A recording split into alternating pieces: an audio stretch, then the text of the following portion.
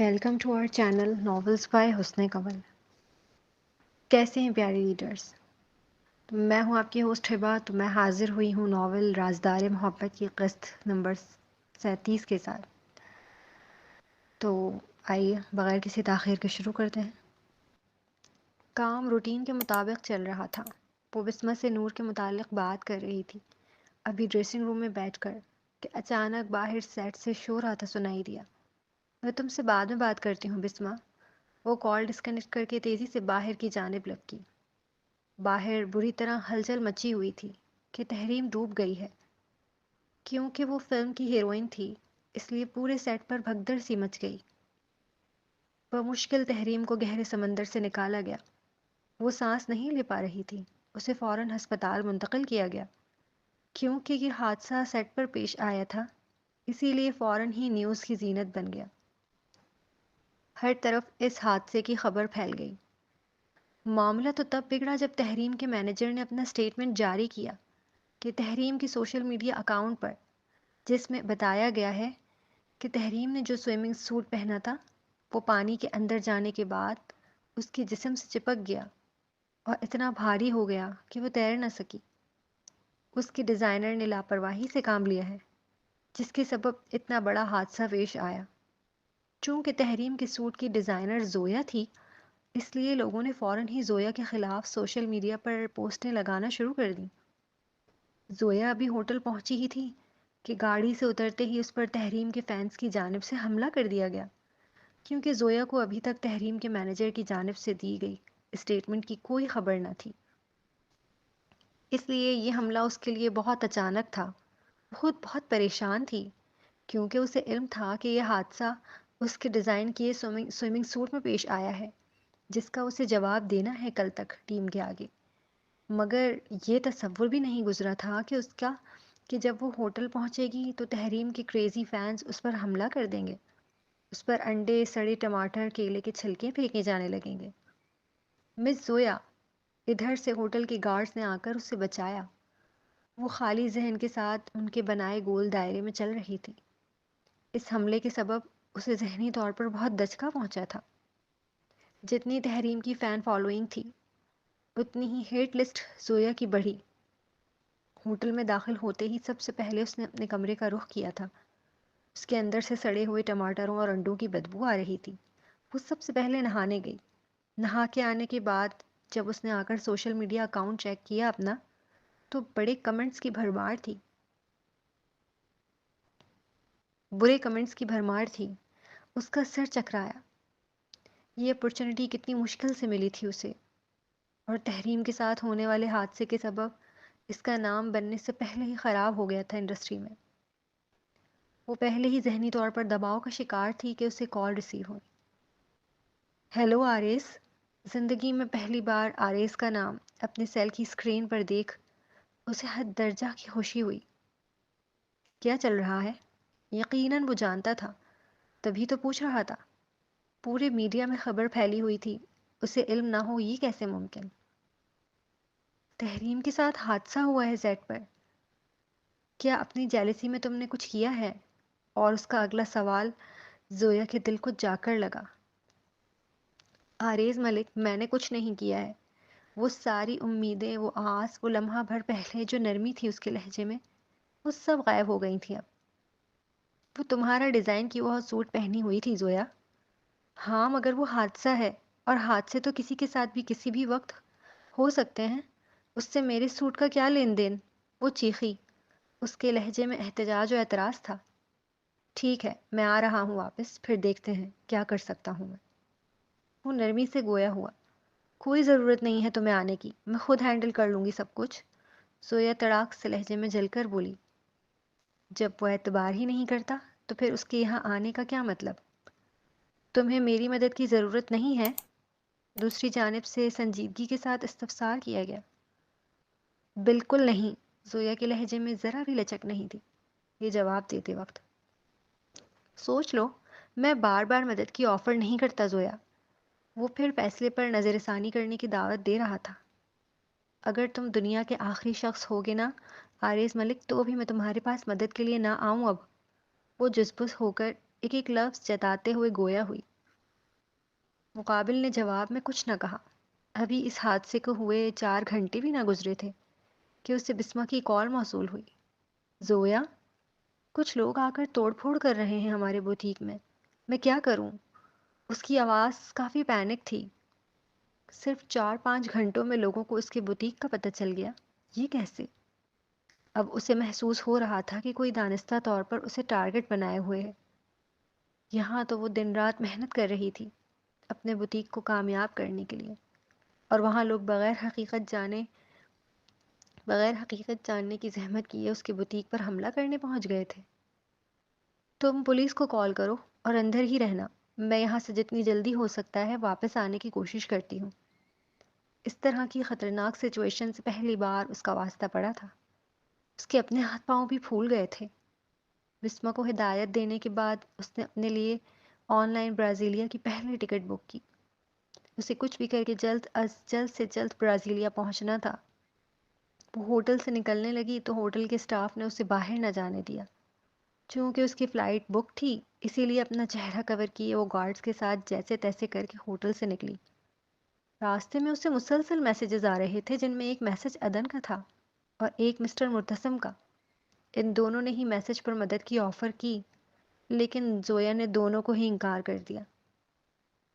اسے اچھے سے علم تھا کہ کامیابی یوں ہی نہیں مل جایا کرتی، بہت سی مشکلات اکیلے فیس کرنی پڑتی ہیں۔ وہ نہیں چاہتی تھی ہر مشکل وقت میں لوگوں سے مدد مانگتی پھرے۔ وہ اپنے مسئلے خود حل کرنا سیکھ رہی تھی اب۔ وہ ایئرپورٹ پہنچی تو اسے یہ کہہ کر واپس لوٹا دیا گیا کہ ابھی اس کا ٹریول کرنا ٹھیک نہیں، لوگ ابھی بہت غم و غصے میں ہیں۔ نہ چاہتے ہوئے بھی اسے ہوٹل واپس لوٹنا پڑا۔ اب اگلا سین۔ اس کی فلائٹ ابھی لینڈ ہوئی تھی۔ وہ گاڑی میں بیٹھا ہی تھا کہ اس کی سیل رنگ ہونے لگا۔ کوٹ کی جیب سے سیل نکالا تو اسکرین پر پی بی چمک رہا تھا۔ لمحہ بھر کے لیے اس کی گرے آنکھوں میں اطمینانی چھائی۔ ہیلو! 2-3 بار اس نے بیل رنگ ہونے دی، پھر آہستگی کے ساتھ کال ریسیو کی۔ آریز ملک، تم انتہائی ایک گھٹیا انسان ہو۔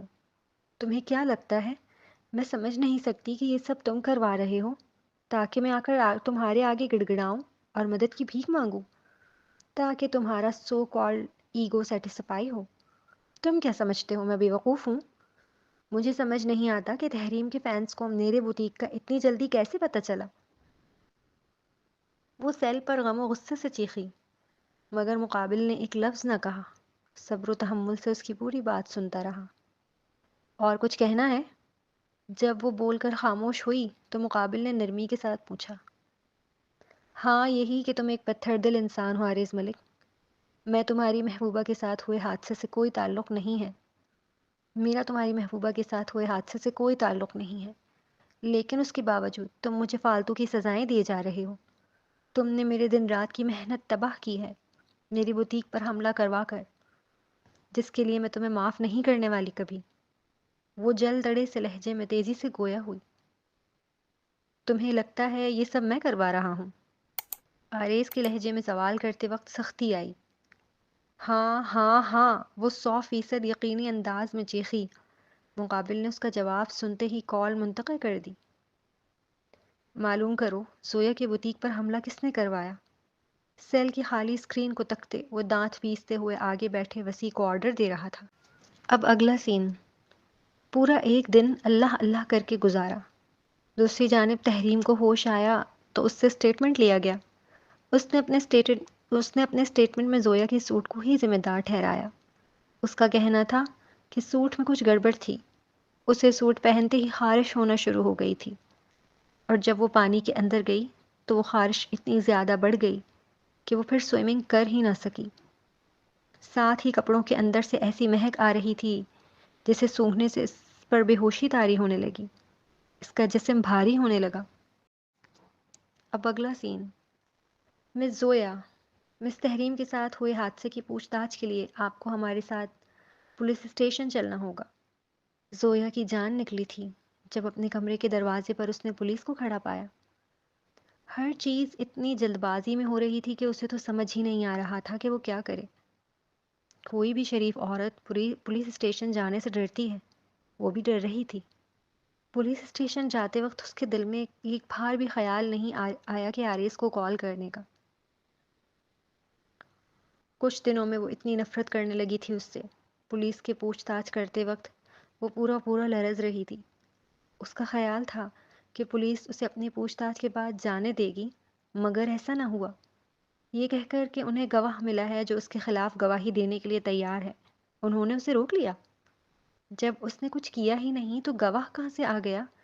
وہ یہی سوچ الجھی، اور پھر اسے آریز کا خیال آیا۔ اس کے نزدیک وہی ہو سکتا ہے فقط، جو اس سے اپنی محبوبہ کی حالت کا بدلہ لینے پر اترا ہوا ہے۔ گواہ کا انتظار ہی ہو رہا تھا جب زویا نے سامنے سے مرتسم کو آتے دیکھا۔ اسے اچانک وہاں دیکھ زویا خاصا حیران ہوئی۔ مس زویا، مرتسم، آپ یہاں؟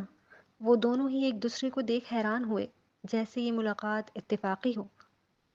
لیکن کیا یہ واقعی اتفاق تھا؟ ہاں، میں یہاں کام کے سلسلے میں آیا ہوا تھا، پراپرٹیز کے لیے کچھ کیس وغیرہ ہیں وہ دیکھنے۔ اور آپ اس وقت پولیس اسٹیشن میں کیا کر رہی ہیں؟ وہ خاصا لاپرواہی سے بتا رہا تھا، ساتھ ہی اس کے وہاں ہونے کی وجہ دریافت کی۔ تحریم کے ساتھ جو حادثہ ہوا آپ کو تو پتہ ہی ہے، اس سلسلے میں مجھے یہاں لایا گیا ہے۔ کہہ رہے ہیں انہیں کوئی گواہ مل گیا ہے۔ زویا کو اس وقت مدد کی سخت ضرورت تھی۔ وہ پوری رات پولیس اسٹیشن میں نہیں گزارنا چاہتی تھی۔ اوہ، اس نے ہونٹوں کو گول کر کے ہلکا سا ری ایکشن دیا۔ آپ فکر نہ کریں، میرا وکیل ہے میرے ساتھ، ہم آپ کا کیس دیکھ لیتے ہیں، اس نے نرمی سے کہا۔ آپ میرا کیس کیسے دیکھیں گے؟ آپ کو یقین ہے مجھ پر؟ مرتسم کون سا اس کا اپنا تھا جو وہ ایک منٹ بھی اس کی مدد کرنے کے لیے تیار ہو گیا تھا، وہ بھی پولیس کے معاملے میں۔ اگر آپ صرف اپنے ڈیزائن کیے ہوئے کپڑوں سے لوگوں کو مار سکتی ہیں تو پھر تو آپ واقعی بہت ٹیلنٹڈ ہوئی مس زویا، مرتسم نے مضحکہ خیز انداز میں کہہ کر بات ہی ختم کر دی تھی۔ زویا اس کا جواب سن مسکرانے لگی۔ کچھ ہی دیر میں وہ دونوں پولیس اسٹیشن سے نکل رہے تھے۔ آپ نے کھانا کھایا؟ زویا کو دیکھ وہ بہت سنجیدگی سے استفسار کر رہا تھا۔ زویا کو وہ بندہ بڑا عجیب لگا۔ جب سنجیدگی کا موقع محل تھا تب وہ لاپرواہی والے انداز میں پوری سچویشن کو ٹریٹ کرتا رہا، اور اب جب سب کچھ نارمل تھا تو خاصا سنجیدہ دکھائی دے رہا تھا، جیسے اس کا صبح سے کچھ کھایا پیا نہ ہونا کوئی بہت بڑی بات ہے۔ زویا کو تو خود بھی یاد نہیں تھا کہ اس نے صبح سے کچھ کھایا پیا نہیں ہے، ٹینشن میں۔ نہیں، لیکن اس وقت یہ امپورٹنٹ نہیں ہے، وہ لاپرواہی سے گولہ ہوئی۔ زویا کے نزدیک واقعی اس وقت کھانا اور کھانے کے بارے میں سوچنا امپورٹنٹ نہیں تھا۔ اگر کچھ امپورٹنٹ تھا تو وہ تھا اس کا کیریئر جو داؤ پر لگا ہوا تھا۔ بھوک پیاس تو کب کی مر چکی تھی اس کی۔ امپورٹنٹ نہیں ہے؟ مقابل کی آنکھوں میں سختی ابھری۔ حالت دیکھی ہے اپنی، لگ رہا ہے ابھی بھی ہوش ہو جاؤ گی۔ رحم کرو اپنے آپ پر زویا، جان ہے تو جہان ہے، وہ خاصا خفگی سے کہتا سنائی دیا۔ پاس ہی ریسٹورنٹ ہے، چلو وہاں چل کر کھاتے ہیں، میں نے بھی صبح سے کچھ نہیں کھایا۔ اپنی گاڑی کی فرنٹ پیسنجر سیٹ کا ڈور کھولتے ہوئے وہ اب نرمی سے کہہ رہا تھا۔ کھانے کا نام سنتے ہی اب زویا کو بھی بھوک کا احساس ہونے لگا۔ وہ بغیر کسی احتجاج کے خاموشی سے گاڑی میں بیٹھ گئی تھی۔ گاڑی قریب کے ریسٹورنٹ میں رکی۔ کھانا آرڈر کرنے کے بعد مرتسم ایکسکیوز کر کے کال اٹینڈ کرنے چلا گیا تھا۔ زویا اکیلے بیٹھ کر کھانا لگنے کا انتظار کر رہی تھی۔ اب ایک چیز زویا کے ذہن میں بار بار آ کے اٹک رہی تھی، وہ تھا مرتسم کا ہر بار اس کی مدد کے لیے پہنچ جانا، وہ بالکل صحیح وقت پر، وہ بھی بالکل صحیح وقت پر۔ زویا نے ابھی یہی سوچتے ہوئے سامنے کی جانب دیکھا تھا جہاں مرتسم اسے کسی سے فون پر بات کرتا نظر آ رہا تھا۔ وہ کافی دور کھڑا تھا، اس لیے وہ نہیں سن سکتی تھی کہ وہ کیا باتیں کر رہا ہے۔ کچھ لمحے وہ یوں ہی انتظار کرتی رہی، پھر سوچا فریش ہو کر آ جائے جب تک ڈنر آتا ہے۔ وہ فریش ہونے کے لیے واش روم چلی گئی تھی۔ واپس لوٹ کر وہ اپنی چیئر پر بیٹھی تو دیکھا مرتسم ابھی تک نہیں آیا۔ ابھی اس کی نگاہیں مرتسم کو ڈھونڈ ہی رہی تھیں کہ اچانک اسے اپنی جانب بہت سارے رپورٹرز آتے نظر آئے۔ مس زویا، کیا یہ سچ ہے کہ آپ نے مشہور ایکٹریس تحریم مغل کو مارنے کی کوشش کی ہے؟ مس زویا، کیا آپ کی کوئی ذاتی دشمنی تھی ان سے؟ مس زویا، سنا ہے آپ کے خلاف گواہ مل گیا ہے۔ کیا آپ اپنے حق میں کچھ بولنا چاہیں گی؟ کیا یہ سب آپ شہرت پانے کے لیے کر رہی ہیں؟ اس کی پوری ٹیبل جرنلسٹ سے بھر چکی تھی. اسے اپنے آگے کیمرے ہی کیمرے نظر آ رہے تھے، ایک کے بعد ایک سوال، اور سوال بھی سارے سخت. چہرے پر پڑنے والی لائٹس کے سبب اسے سامنے کا کچھ دکھائی نہیں دے رہا تھا. وہ بہت گھبرا گئی تھی. فوراً ہی اٹھ کر اس نے باہر جانا چاہا. ایک لیڈی رپورٹر دانستہ طور پر اس کے راستے میں آئی. زویا کو کچھ نظر نہیں آ رہا تھا سامنے کا. اس رپورٹر کو کب دھکا لگا اور وہ کب گری، اسے کوئی علم نہیں. اس کے بعد تو جیسے رپورٹرز مزید بھڑک اٹھے. آپ جرنلسٹ کے ساتھ مس بہیو کر رہی ہیں. آپ نے دھکا دیا ہے ایک صحافی کو. اگر آپ نے کچھ نہیں کیا تو آپ کیوں بھاگ رہی ہیں ہم سے؟ آپ نے مجھے دھکا دے کر زخمی کرنے کی کوشش کی ہے. وہ لڑکی زویا کے آگے آ کر بھر کر کہہ رہی تھی. پہلے تو پھر گول ٹیبل تھی جس کی وجہ سے رپورٹرز اس سے فاصلہ رکھے ہوئے تھے. اب تو جیسے وہ اس کے منہ کو آنے لگے. زویا کے پسینے چھوٹ رہے تھے. چہرہ فق پڑ چکا تھا. کچھ سمجھ نہیں آ رہا تھا کہ کیا کرے. رپورٹرز کے بہت زیادہ قریب آ جانے کے سبب وہ گھبرا کر پیچھے قدم لے رہی تھی، وہ بھی بغیر دیکھے. اور اچانک وہ لڑکھڑا کے پیچھے کی جانب گری. اس کا پاؤں مڑ گیا تھا. ایک زوردار طرح ہوا میں بلند ہوئی، مگر اس کے باوجود رپورٹرز ہٹنے کے لیے تیار نہ ہوئے. ویسے تو بڑی ہمت والی لڑکی تھی وہ، لیکن اس وقت حالت بے بسی سے اس کی آنکھوں میں آنسو بھر آئے. ہٹو تم لوگ، ہٹو! لوگوں کو چیرتی ہوئی ایک باروب آواز اس کے کانوں کی سماعت سے ٹکرائی. جب اس نے نگاہ اٹھا کے دیکھا تو اس کی دھندلی آنکھوں کے سامنے مرتسم کا چہرہ تھا، جو رپورٹرز کو ہٹاتے ہوئے اس تک پہنچا. سر، آپ کون ہیں؟ اور کیا آپ مس زویا کو جانتے ہیں؟ رپورٹرز نے مرتسم سے بھی سوال کرنا شروع کر دیے تھے، مگر اس نے کسی کی پرواہ نہ کی. آپ لوگوں کو نظر نہیں آ رہا کہ ان کی لگ گئی ہے؟ مرتسم رپورٹرز کی جانب دیکھ نہایت سخت لہجے میں گویا ہوا. اس کی آنکھیں ان لوگوں پر آگ برساتی معلوم ہوئی. رپورٹرز اس کی آنکھوں سے ڈر کر دور ہونے لگے. اگلے ہی پل زویا کو بغیر بولنے کا موقع دیے اس نے برائڈل اسٹائل میں کیری کر لیا تھا. یہ کیا کر رہے ہیں آپ؟ مجھے نیچے اتاریں. زویا فوراً پینک ہوئی. زویا اقسم چودھری، اور یہ وہ آخری گرجدار آواز تھی جو زویا اسلم میں سننا چاہتی تھی. اس سرمئی آنکھوں والی لڑکی نے ڈرتے ڈرتے سامنے کی جانب دیکھا تو آریز ملک اسے گارڈز کے ساتھ رپورٹس کی ہجوم کو درمیان سے چیرتا ہوا اپنی جانب آتا دکھائی دیا. اس کی گرے آنکھیں انگارہ تھیں، اس قدر انگارہ کہ جیسے آنکھوں سے ہی جلا ڈالے گا. مرتسم کو تو پھر رپورٹرز سے بولنا پڑا تھا.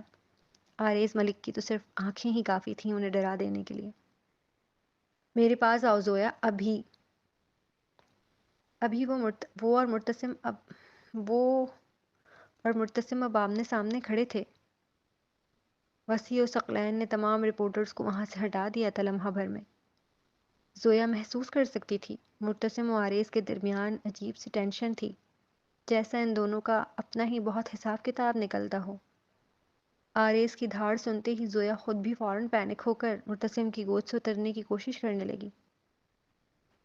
زویا کے پاؤں میں چوٹ آئی ہے اور میں اسے ڈاکٹر کے لے کر جا رہا ہوں.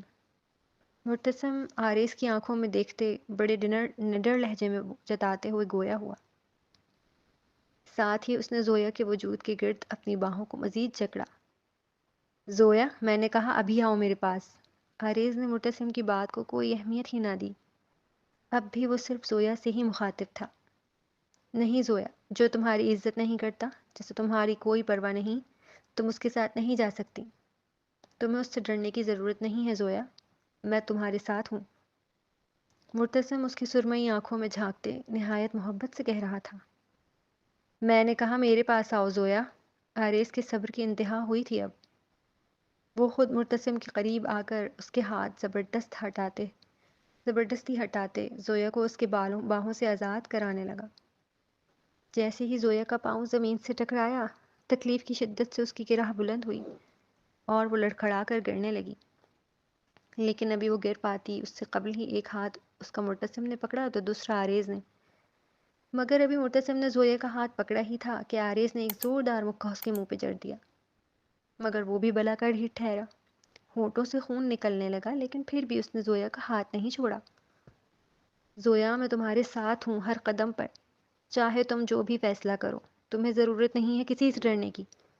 مرتسم اسے ابھی بھی حوصلہ دے رہا تھا کہ وہ آریز کے ساتھ نہ جائے کہ ضرورت نہیں ہے اسے یہ ذلت بھری زندگی جینے کی۔ چلو زویا، آریز نے اس کا بازو جو پہلے ہی اس کی گرفت میں تھا اپنی جانب کرنا چاہا، تو زویا نے فوراً جھٹکنے والے انداز میں چھڑا لیا۔ ایک دو ثانیوں کے لیے آریز کو شدید جھٹکا لگا، ایک گہرا صدمہ تھا جو اس کی آنکھوں میں لہرایا لمحہ بھر کے لیے۔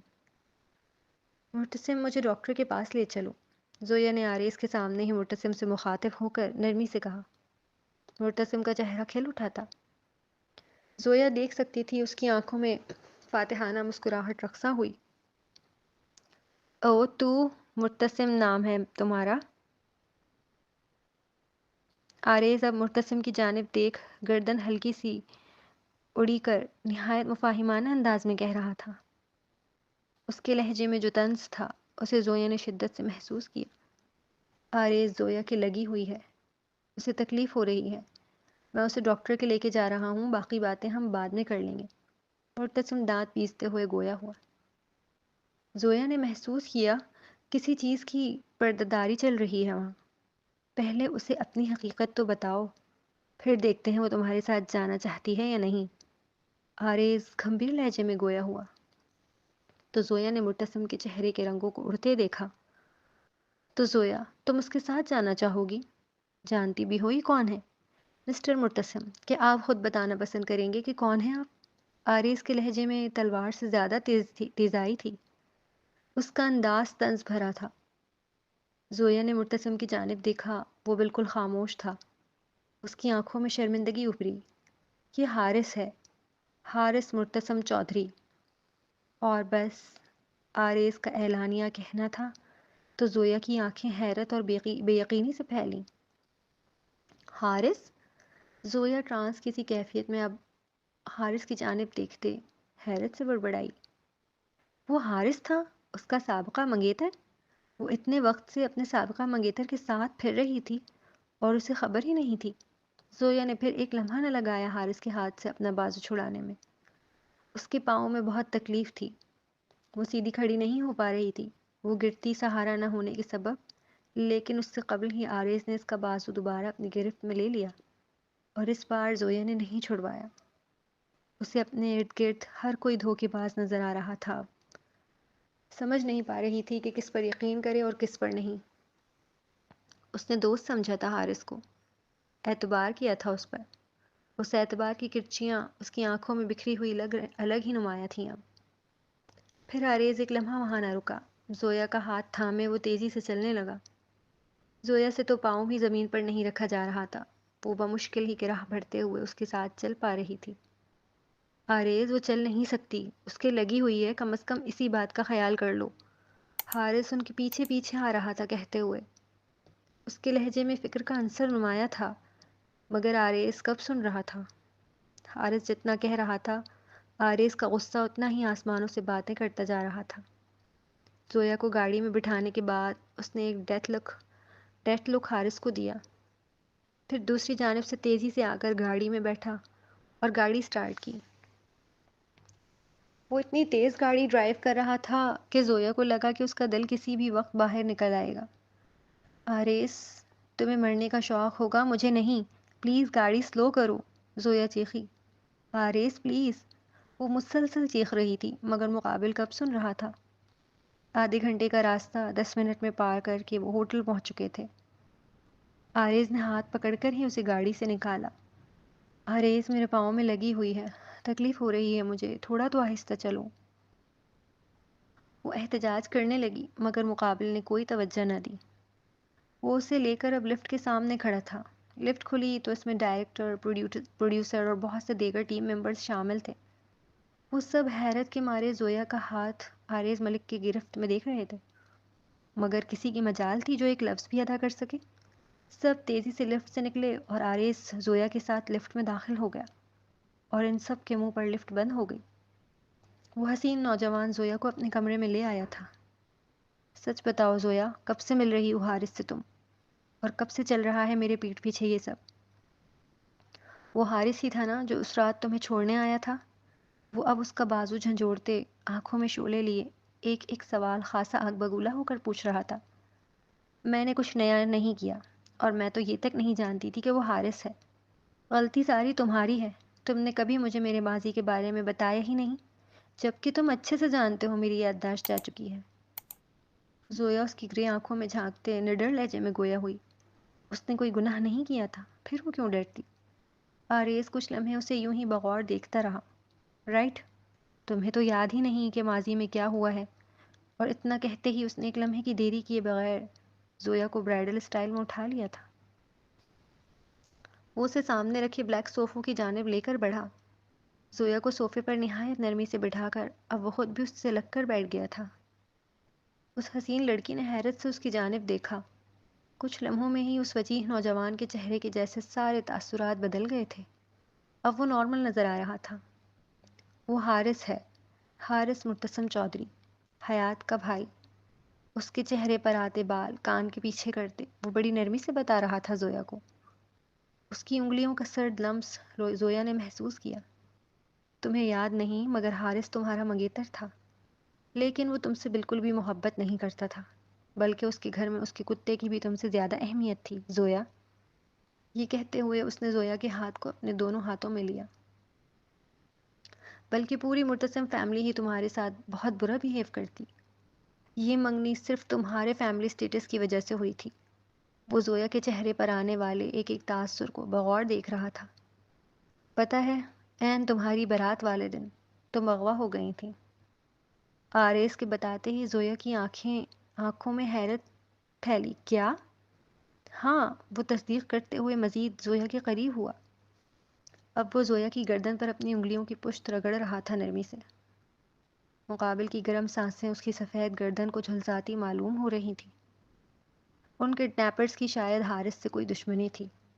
انہوں نے حارث کی محبوبہ کو بھی کڈنیپ کیا تھا۔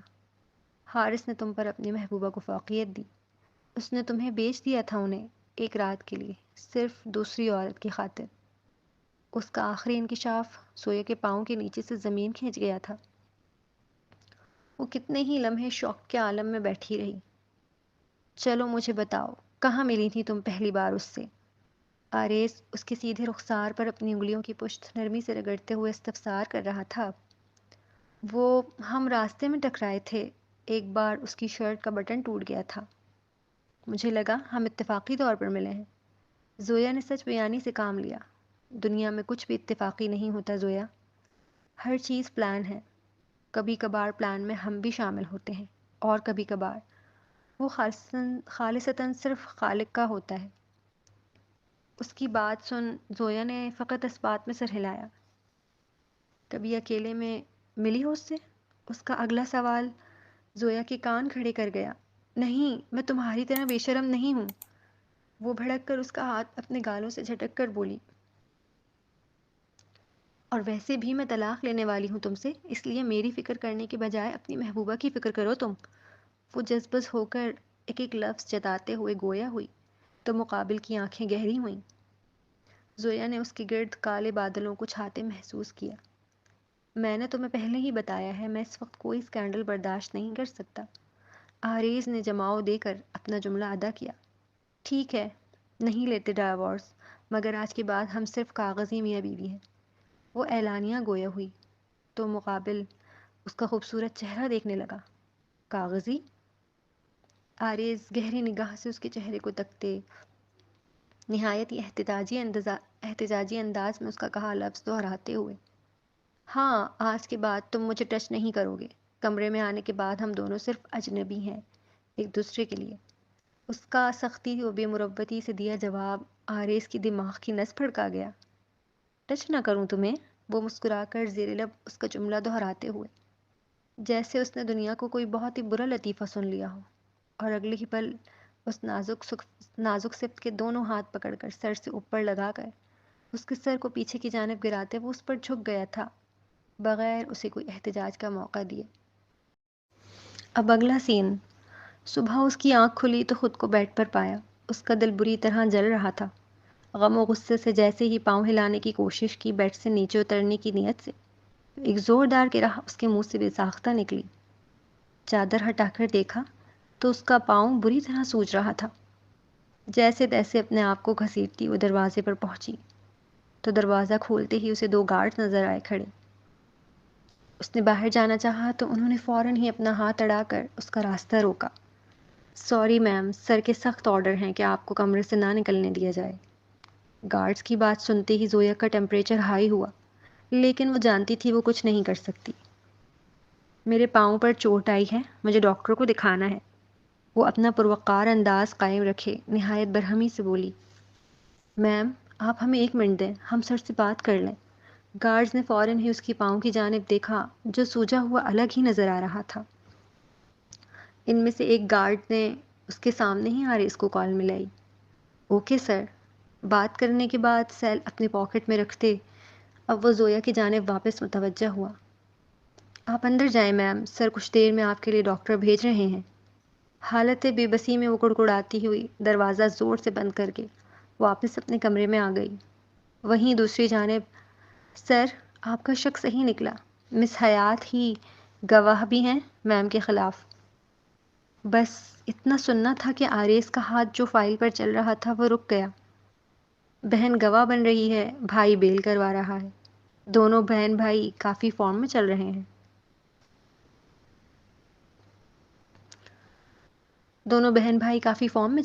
اس وقت اس کے ہونٹوں کے کناروں پر طنزیہ مسکراہٹ نمودار ہوئی تھی۔ کیا کرنا ہے سر؟ وسیع حکم کتابیں کھڑا تھا۔ میں ذرا تحریم سے خود بات کر لوں پہلے، پھر دیکھتا ہوں ان بہن بھائیوں کو، وہ گمبھیر لہجے میں گویا ہوا۔ سر، کیا میم کے خلاف جو پوسٹیں لگ رہی ہیں سوشل میڈیا پر، وہ ڈاؤن کروانی ہیں؟ وسیع ڈرتے ڈرتے استفسار کر رہا تھا۔ ہاں، ویسے بھی اسے کوئی فرق نہیں پڑتا، مگر میری ریپوٹیشن خراب ہو رہی ہے۔ وسیع واقف تھا وہ اپنے نام کا استعمال بس ایسے ہی کر رہا ہے۔ اسے تو وہ پوسٹیں ہٹوانی ہی تھیں جو زویا کو تکلیف دینے کا سبب بنے۔ اور ویڈیو؟ اس نے واپس پین چلاتے اب لاپرواہی سے پوچھا۔ آپ کے موبائل پر سینڈ کر دی ہے سر، وسیع تیزی سے گویا ہوا۔ ٹھیک ہے، گاڑی نکلواؤ، ہم ہسپتال جائیں گے ابھی۔ اوکے سر، وسیع حکم ملتے ہی فوراً چل دیا۔ اب اگلا سین۔ اس کا سیل رنگ ہونے لگا۔ اس نے اسکرین دیکھی تو حارث کا نام چمک رہا تھا۔ زویا نے کال ریسیو کی۔ ہیلو زویا، مجھے پتا ہے میں نے بہت غلط کیا تم سے اپنی اصل پہچان چھپا کر، لیکن میں صرف چیک کر رہا تھا کہ تمہاری واقعی یادداشت گئی ہے کہ تم بس مجھے اوائڈ کرنے کے لیے یہ سب کر رہی ہو۔ زویا نے اس کی آواز میں شرمندگی محسوس کی۔ جب تمہیں بعد میں پتہ چل گیا تھا کہ میری یادداشت ریل میں گئی ہے تو پھر تم نے تب کیوں نہیں بتائی مجھے اپنی اصل پہچان؟ وہ تجسس سے استفسار کرنے لگی۔ ان گنت سوال تھے اس کے ذہن میں۔ مجھے لگا تم بھاگ جاؤ گی مجھ سے دور اگر میں نے تمہیں اپنی حقیقت بتائی تو۔ تمہیں مجھے بتانا چاہیے تھا، وہ سنجیدگی سے گویا ہوئی۔ اگر آریس نے تمہیں کچھ بھی بتایا ہے میرے بارے میں تو پلیز اس کی باتوں پر اعتبار مت کرنا، وہ 1 نمبر کا جھوٹا ہے زویا۔ تو کیا یہ جھوٹ ہے کہ تم نے دوسری عورت کی خاطر مجھے بیچا نہیں تھا ہماری بارات والی رات کو؟ یہ وہ سوال تھا جو کل رات سے اسے پاگل کر رہا تھا، اس کی سیلف رسپیکٹ کی دھجیاں اڑائے ہوئے تھا۔